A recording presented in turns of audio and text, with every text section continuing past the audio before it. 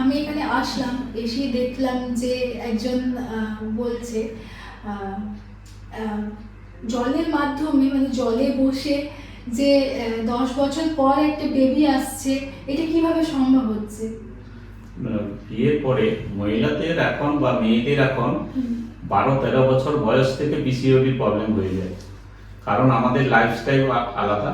আমরা খাচ্ছি যেটা খাওয়ার কথা নয়, সেই চিপস কুরকুরে আমরা খাচ্ছি, এবং এখান থেকে পিসিওডি প্রবলেম চলে আসে।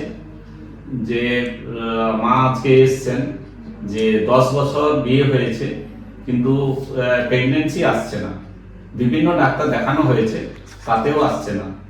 আমাদের ঠিকানা পেয়ে ওনারা আসেন, এবার আসার পরে ওয়াটার থেরাপি, জলে বসে থেরাপি নিয়ে 22টা থেরাপি নিয়ে প্রেগনেন্সি পজিটিভ হয়, এবং আজকে বেবির বয়স 1.5 মাস হয়েছে, ওনারা এসছেন। এবারে অসম্ভবকে সম্ভব আগেকার দিনেও হতো, মুনি ঋষিদের হাত ধরেই এটা হতো। ওয়াটার থেরাপি এই কারণেই দেওয়া হয়েছে, বা ওয়াটার থেরাপিতে এই কারণেই সম্ভব যে শরীরে extra cholesterol, extra sugar, extra triglyceride আমরা বের করতে পারি জলে বসিয়ে।